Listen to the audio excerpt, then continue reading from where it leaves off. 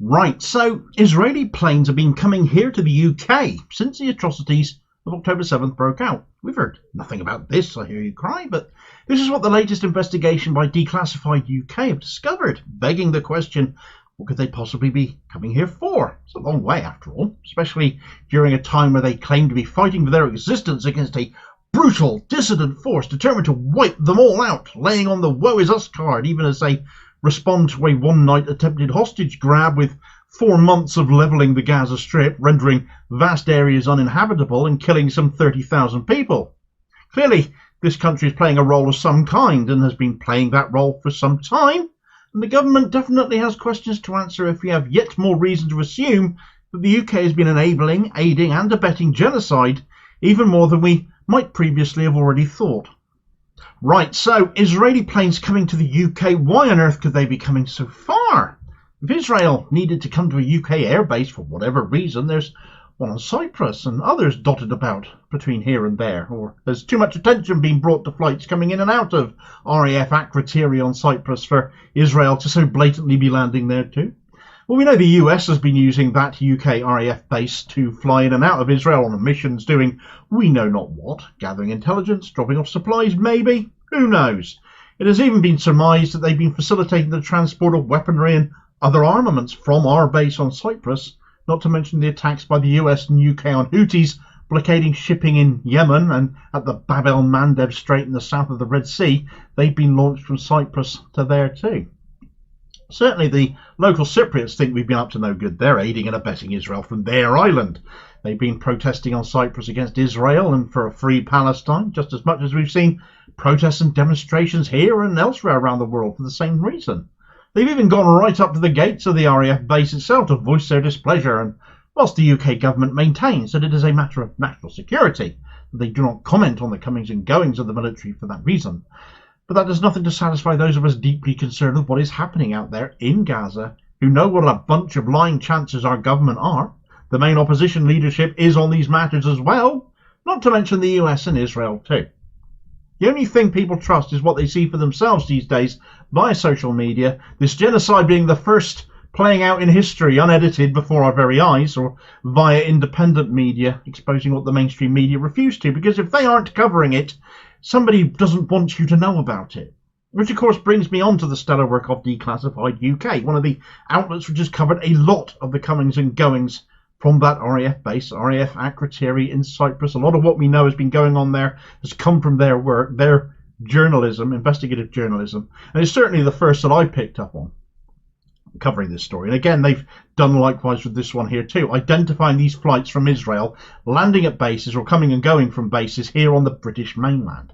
Since October 7th, they've identified 6 flights from Israel, Israeli Air Force aircraft visiting the British mainland. They suspect there have been far more flights, but the Ministry of Defence refuses to confirm or deny such flights have been coming here, won't answer how many visits all told have come, won't answer what they've come here for.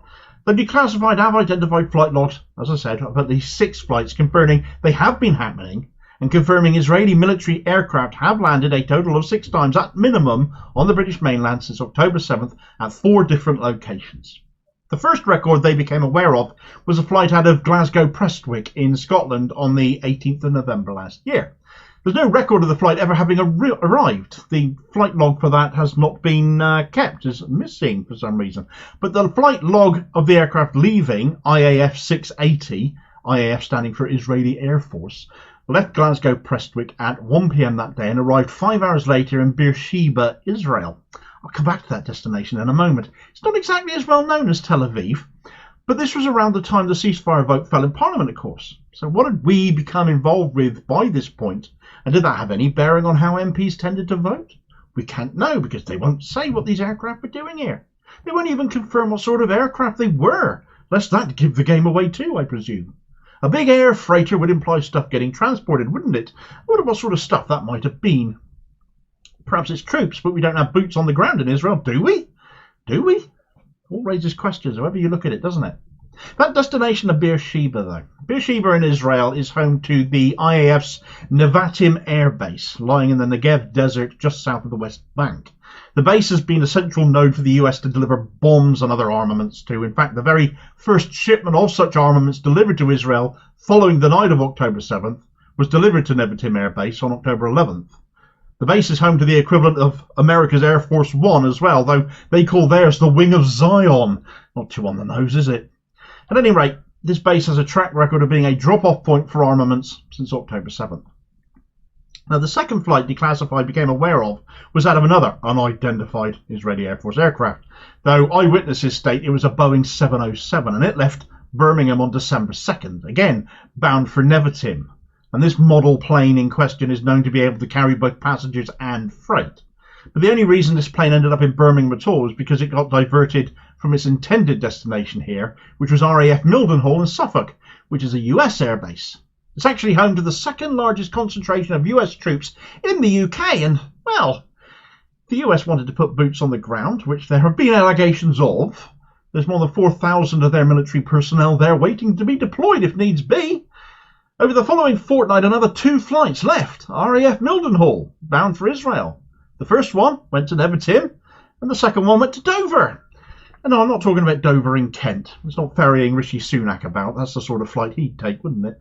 But Dover in Delaware in the US, both very different, but with one crucial thing in common. Both see an awful lot of freight passing through. Dover, Delaware, however, is more air freight, military at that, being home to the US Department of Defense's largest air freight facility, and is also home to the 436th Airlift Wing, a unit of the US Air Force which, as the name implies, as one of its duties, facilitates the movement of outsized cargo worldwide. That first shipment of weapons that arrived in Nevatim on October the 11th from the US, it left Dover on October 10th. Finally, the 6th flight Declassified had picked up on was an Israeli flight landing at RAF Brize Norton in Oxfordshire on Christmas Day. It had flown from Nevatim, and after a brief stopover, it continued on the rest of its flight. Its destination? Dover, Delaware. Again, the type of plane it was has been kept secret. Are we being used as a layover, stopgap point to facilitate the movement of armaments between the US and Israel? Certainly possible. Certainly looking at the departure points and the destinations. Same can be said of troop movements too. Now, the US and the UK have other bases dotted throughout Europe as well, but would it be a bit too obvious to use them the closer they would be to Israel? On the other hand, can both the US and Israel, since the UK government and main opposition are utterly loyal to both, know they can avoid awkward questions by using the UK as a go-between point, knowing that the media will ignore it and the government will deny it or claim national security as an excuse not to speak up, and the opposition Labour Party certainly won't question it? That's entirely believable too, isn't it? And as such, Declassified and other independent media who have covered this are very much proving their value, since this is stuff we all ought to know about, but wouldn't if not for them. What is being done in our name here? Most of the UK, contrary to Rishi Sunak's pathetic opining, are not on the side of Israel anymore. The scale of devastation, the massive loss of life, the completely disproportionate response to the night of October 7th, having very much left Israel completely exposed, pariahs, facing potential charges of genocide at the ICJ, and really opening up the plight of the Palestinian people up to a level it's never before been allowed to be. And that's because we've all become our own media to an extent or another, a media beyond state control at that, and it would be a very dark, very fascistic move for any government to try and come in and clamp down on any of that now. Too late. Genie's out of the bottle. We're clearly facilitating something for Israel right now. They wouldn't be flying here and there if not. And given what they are continuing to do right now, we need to know what. We deserve to know what, because I very much doubt it is anything good, and certainly not anything designed to bring about the end of the genocide we're observing still in Gaza, possibly leaves us open to more charges of aiding and abetting in a genocide. Perhaps things have just got a bit hot on Cyprus militarily at any rate. Does it ever get cold in Cyprus? I don't know. At any rate, the protests there by Cypriots demanding the UK get off their island, under the belief their actions are making their homes a military target for launching attacks from there against Yemen, don't help the presumptions that many people will make that the UK hasn't slowed down one bit in its support for Israel. Still. And you can learn all about that in this video here, which I highly recommend you watch, and I'll hope to catch you on the next vid. Cheers, folks.